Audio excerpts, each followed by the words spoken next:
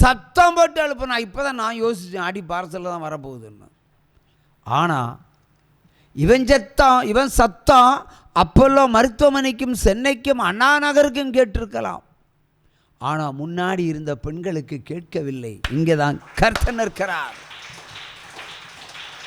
எந்த கோட்டைக்கும் செல்லக்கூடிய ஊழியம் அது யாராலும் பிடிச்சி வைக்க முடியாது. அதனால தான் இந்த ஊழியம் மட்டும்தான் நிற்கும், இதெல்லாம் ஓடி போயிடும்னு சொன்னேன். அல்லேலூயா.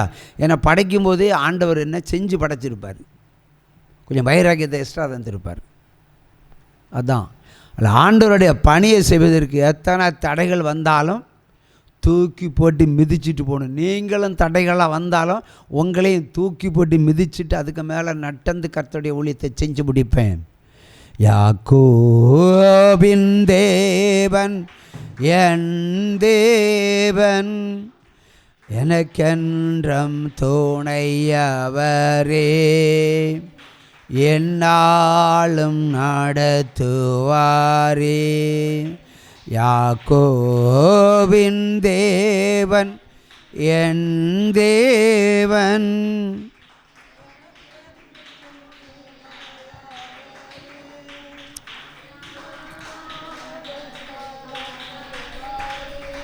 ஏதும் இல்லை என்று கவலை இல்லை, துணையாளர் என்னை விட்டு விலகவில்லை. ஏதும் இல்லை என்று கவலை இல்லை, துணையாளர் என்னை விட்டு விலகவில்லை. சொன்னதை செய்திடும், சொன்னதை செய்திடும் தகப்பனவர், நம்புவேன் இறுதி வரை.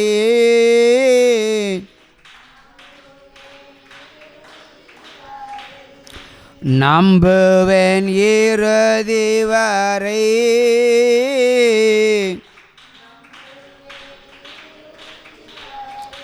யாக்கோபின் தேவன் என் தேவன்,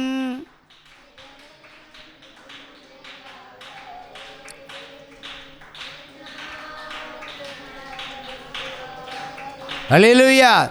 ஆகவே தேவனுக்கு ஒப்பு கொடுத்தல் என்பது அவருடைய பிரமாணத்தின் நடப்பது தான். வாயினால் வடை சுடக்கூடாது. இப்போ நான் ஒப்பு கொடுத்தேன், ஆண்டவர் நம்முடைய பணியை செய்ய வேணும், செஞ்சுட்டு தான் இருக்கிறேன். அதுவும் பஞ்சத்திலும் தரித்திரத்திலும் வெட்கத்திலும் அவமானத்திலும் சிறையிருப்பதும். நான் ஒரு வேளை அடுத்த உபவாச கூட்டத்தில் வர்ற சனிக்கிழமை ஒரு அற்புதமான வீடியோ சாட்சியை நான் டெலிகாஸ்ட் பண்ணுவேன். இந்த ஆலயத்தில் வந்து இருதய வியாதியை விடுதலை பெற்றவன் சொன்ன சாட்சி. அதுக்கப்புறம் 3 வருஷம் தாண்டி எனக்கு 8 லெட்டர் ஒருவன் எழுதியிருக்கிறான். முதல் வரியே மிக அசிங்கமான வரியாக இருக்கும். அதே அவன்தான்.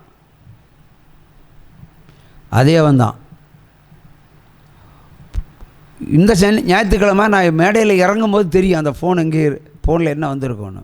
போன ஞாயிற்றுக்கிழமை ஒன்று வந்து அதுக்கு முன்னாடி வந்து அவன் கேட்டிருக்க, நீ ஒரு அப்பனுக்கு பிறந்தவனால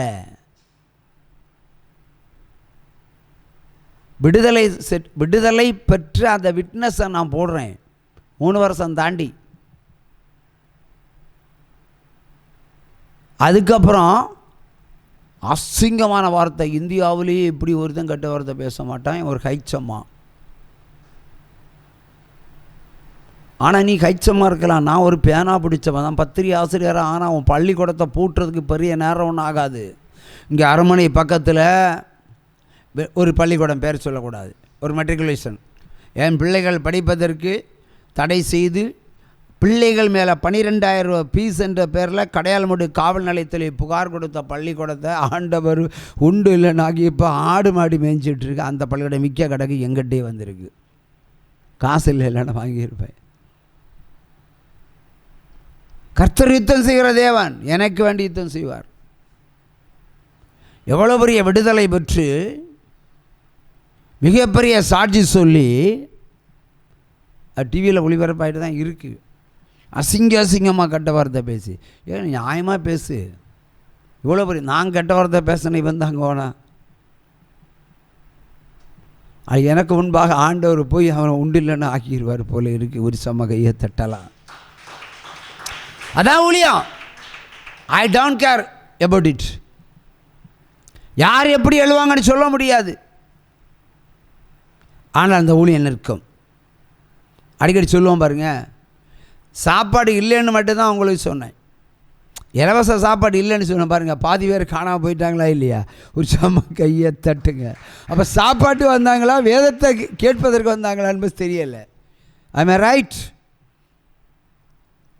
ஆனால் நம்ம சாப்பாடு மேலாம் மண்ணா தான்.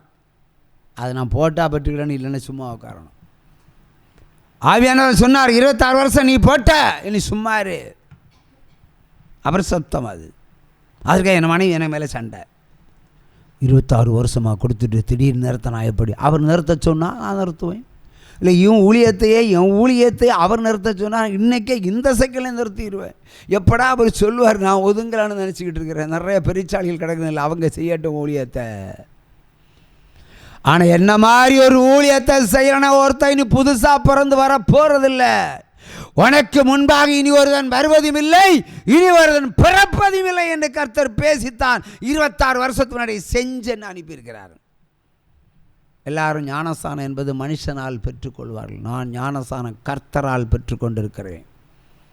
எல்லாரும் கர்த்தரால் பெற்றுக்கொண்டேன்னு சொல்லுவாங்க. ஐயா உங்கள் ஊழியக்காரன் கள்ள பயில்களால் நீங்கள் ஞானஸ்தானம் எடுத்திருப்பீங்க.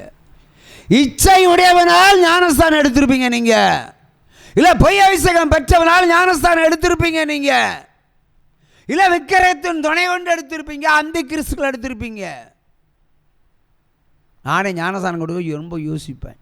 26 வருஷமாக 8 பேர் 10 பேருக்கு தான் கொடுத்துருக்குறோம். அதுக்கு மேலே ஒருத்தரும் கிடையாது.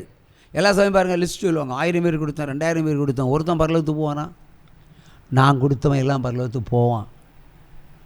இல்லைன்னா காலை அடித்து முறித்து கையை முறித்து பாவம் செஞ்சுன்னா 2 இடியெல்லாம் கொடுத்து மிக்சியில் போட்டு அரைச்சி அம்மையில் வச்சு சதைச்சி அவனை மறுபடியும் பரிசுத்தமாக்கி, ஏன்னா என் கையால் ஞானஸ்தானம் எடுத்தா உனக்கு நரகமே அல்ல, சொர்க்கந்தான். கையை தட்டுங்க. அதான் கொடுக்குற யோசிக்கிறது. அதான் இந்த ஊழியம். மற்றவங்களாம் வேஷம். நான் இப்படி பிரசங்கம் பண்ண எவனா வருவானா? இன்னொன்று கேட்குறேன், நீ தான் சொல்லு. காலைங்களை போட்டு உட்காரு, ஒழுங்காக தலைமண்டி அடிச்சு போடுவேன். இங்கே சீமான மாதிரி தான் பேசுனா தான் இங்கே சரிப்பட்டு வருவியா? காலெல்லாம் ஒழுங்காக வைக்கணும். ஏன்னா 80 வயசு கிளவியா நீ? எத்தனை வயசாச்சு? 14 வயசு. கால் தரல தான் இருக்கணும், சேர் மேலே இருக்கக்கூடாது. உற்சமாக கையை தட்டுங்க. ஆகவே ஆவியான தேவன் என்னை எதை சொல்லுகிறார் அதைத்தான் சொல்லுவேன். அது நிறைய பேருக்கு பிடிக்காது. அதுக்கு நான் பொறுப்பு இல்லை. பிடிச்சிருந்தா நீ திருந்தினேன்னு அர்த்தம். உனக்கு பிடிச்சிருக்குன்னா நீ பரலோகத்துக்கு போயிடுவேன்னு அர்த்தம். நீ திருந்தின ஒரு அப்பா மாதிரி பேசுகிறேன், ஒரு தகப்பா மாதிரி பேசுகிறேன், ஒரு தேவகுமார் மாதிரி பேசுகிறேன். நீங்கள் திருந்துவதற்காக தான் பேசுகிறேன். என் கல்லாப்பட்டியில் காசு விழுறதுக்கு நான் ஜெபம் பண்ணலை. ஏன்னா காசு சம்பாதிக்க எனக்கு தெரியும். இதே ஊழியத்தை காசு பண்ண தெரியும். ஏன்னாண்ட யாராவது ஃபோன் பண்ணா, சிஸ்டர் மாதந்தோறும் ஒரு 500 ரூபா போடுங்க சிஸ்டர். அவர் ஜேபிஆர் பாஸ்டர் 500 தானே கேட்குறோம், 1000 ரூபா கொடுத்துருவோன்னு சொல்லி நான் ஒரு 100 கவுண்டிங் மிஷின் வாங்கி வச்சுருக்கேன். அந்த பணத்தை என்னது? ஏன்னா ஸ்ட்ரைட்டாக விசுவாசிகளிடத்தில் பேசுகிறவர் நான் தான். வேறு யாரும் எந்த ஊழியக்காரனும் விசுவாசிகிட்ட பேச மாட்டான். அவங்களுக்கெல்லாம் பயம். நாங்கள் நீ கெட்ட வார்த்தை பேசினாலும் நான் தான் பேசுவேன். அதான் அப்படி என்ன செஞ்சு அனுப்பியிருக்கிறாள். மற்றவன் பிச்சு பிடிங்கி போகிறதுக்கு இல்லை. ஆனால் பின்வாங்கி போகிற கிறிஸ்தவன் கோரவாரி காற்றால் அழிச்சிருவார் ஆண்டவர். அல்லேலூயா. யாவனும் இந்த ஊழியத்தில் வந்தால் பின்வாங்கி போகக்கூடாது. என்ன வந்தாலும் ஏன் சொல்ல, இடியே உன் வீட்டுக்குள்ளே விழுந்தாலும் நான் இந்த ஊழியத்தை செஞ்சிருக்கிறேன், அதுக்கு எதிராக உன் வீட்டில் என்ன சம்பவம் நடந்தாலும் நீ அசராமல் இருப்பீரானால், உன் விசுவாசத்தை இழக்காமல் இருப்பாயானால்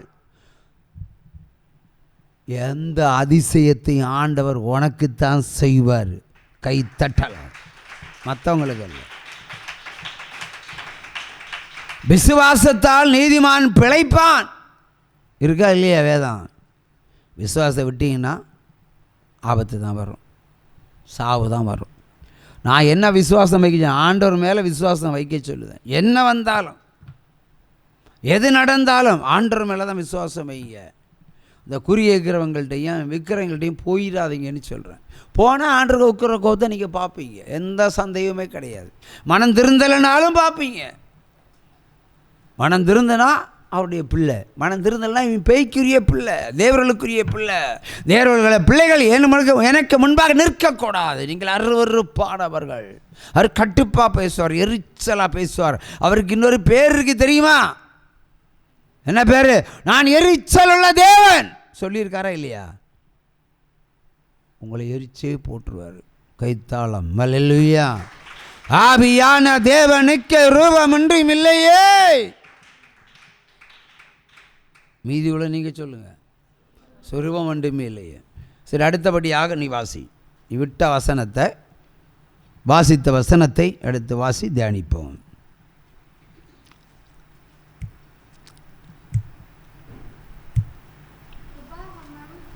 உபாகமம் 17ஆம் அதிகாரம் 17 18 சத்தமாக உறக்க வாசி.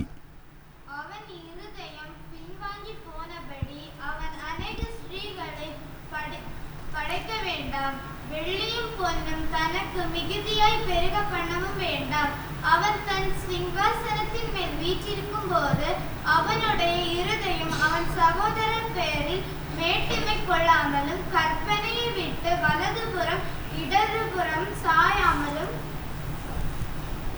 அவ்வளோதானா? இப்போ கற்பனைகளை விட்டு தேவ பிரமாணம், அது இடதுபுறம் சாயக்கூடாது, வலதுபுறம் சாயக்கூடாது. நீ பின்வாங்கி போகக்கூடாது. நீ எவ்வளோ அரண்மனையில் இருந்தாலும் சரி, மேட்டிமை கொள்ளக்கூடாது. உண்மை சொல்லலாம், உண்மை சொல்வது மேட்டிமை கிடையாது. உன் சகோதரனுக்கு விரோதமாக பிற ஜனங்களுக்கு முன்பாக தன்னை உயர்த்தி காட்டுகிறாத, தன்னை உயர்த்தி காட்டுகிறாத, மேன்மை கொள்ளாத. நீ பின்வாங்கினா அழிச்சிருவேன், அவ்வளோதான். பின்வாங்கி போனால் பரலவும் கிடையாது. பின்வாங்கி போகிறதான் பெருமை கொள்ளுவான், மேன்மை பாராட்டுவான், மேன்மை பாராட்டுவான், தன்னை உயர்த்தி காண்பிப்பான். அவன் உயர்த்துகிறவன் தாழ்த்தப்படுவான், தாழ்த்தப்படுகிறவன் உயர்த்தப்படுவான். எந்த கிறிஸ்தவனும் எக்காலத்திலும் பின்வாங்கி போகக்கூடாது. நீங்களும் பின்வாங்கி போனால் நீங்களும் கெட்ட வார்த்தை பேச போகிறீங்கன்னு அர்த்தம். அதிக நான் கேட்கத்தான் போகிறேன்னு அர்த்தம். உற்சாகமாக கையை தட்டுங்க. அல்லேலூயா. ஆனால் பின்வாங்கினா ஆண்டவர் கை விட்டுருவார், சாத்தான் உள்ள வந்துடுவான். பிறகு சாத்தானாக உங்களுக்குள்ளே இருந்து எங்கிட்ட எதிராக நிற்கிறது. எந்த மனிதனும் கெட்ட வார்த்தை பேச மாட்டான், ஆனால் சாத்தான் உள்ள போனால் கெட்ட வார்த்தை பேசுவான். சாத்தான் அப்படி செய்வான். ஆகவே உங்களை வஞ்சிப்பதற்கு, உங்களை ஏமாற்றுவதற்கு, உங்களை வழிதப்பி போக செய்வதற்கு, விக்கிரகத்தை பலியிடுவதற்கு, விக்கிரகத்தை நேசிப்பதற்கு, சுரூபத்தை கும்பிடுவதற்கு உங்களை இழுத்துக்கிட்டு போவான். நம்ம சபையில் ஒரு கூட்டம் சுரூபத்தை கும்பிட போயிருக்கு வேளாங்கண்ணிக்கு. ஆவிக்குரிய கூட்டம். அது நீ எப்படி பேய்க்குரிய கூட்டமாக மாறுதான்னு தெரியல. உற்சவமாக கையை தட்டுங்க. தேவனை தேட வேண்டும், தேவர்களை அல்ல, புனிதர்களையும் அல்ல. மனிதன் பின்வாங்கி போனா ஆண்டவருடைய எரிச்சல் அங்கே வந்துடும், எரிச்சல் வந்துடும். எத்தனை சபைகள் இருக்குது, எத்தனை சர்ச் இருக்கு, ஏன் இங்கே வரீங்க? திருந்துறதுக்கு தானே, வசனத்தை கேட்கறது தானே. கேட்டுட்டு நீங்கள் நாளைக்கு ஒரு இந்து கோயில் போய்ட்டு இங்கே வந்தீங்கன்னா, எனக்கு முன்பாக நின்று ஆண்டவர் சொன்னால் ஏகே பாடிச்ச மாதிரி 7 அம்புகளை உங்கள் மேலே தைச்சிருவேன். வசனம் சொல்லுகிறது. சங்கீதம் 7ஆம் அதிகாரம் 11, 12, 13, 14 வாசிக்க கேட்பேன் சத்தமா. சங்கீதம் 7ஆம் அதிகாரம் 11, 12, 13, 14.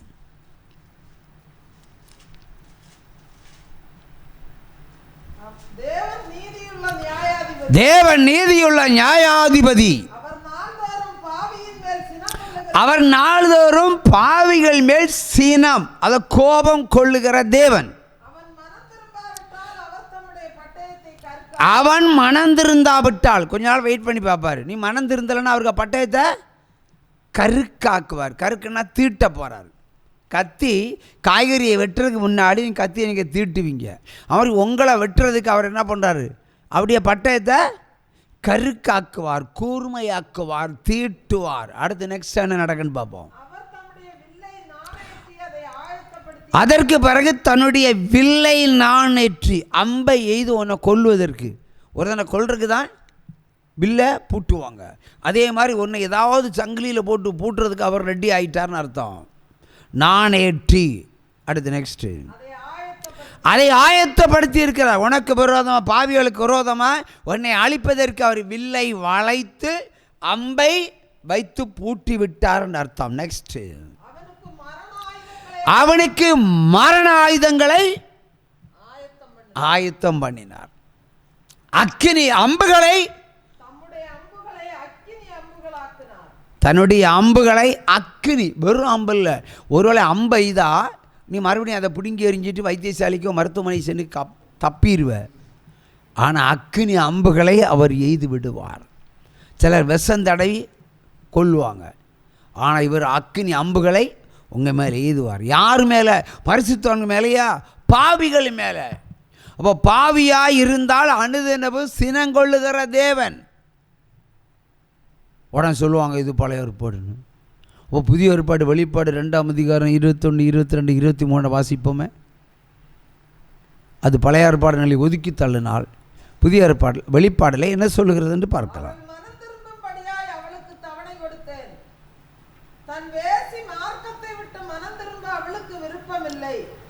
இதோ நான் அவளை கட்டில் கிடையாக்கி அவளுடனே விபச்சாரம் செய்தவர்கள் தங்களுடைய கிரியைகளை விட்டு மனம் திரும்பாவிட்டால் அவர்களையும் மிகுந்த உபத்திரவத்திலே தள்ளி அவளுடைய பிள்ளைகளையும் கொல்லவே கொல்லுவேன். ஆமென். போதும். அவர் என்ன சொல்ற? மிகுந்த உபத்திரத்தில் தள்ளுவாராம். மனம் திருந்துவதற்கு டைம் கொடுத்தேன்.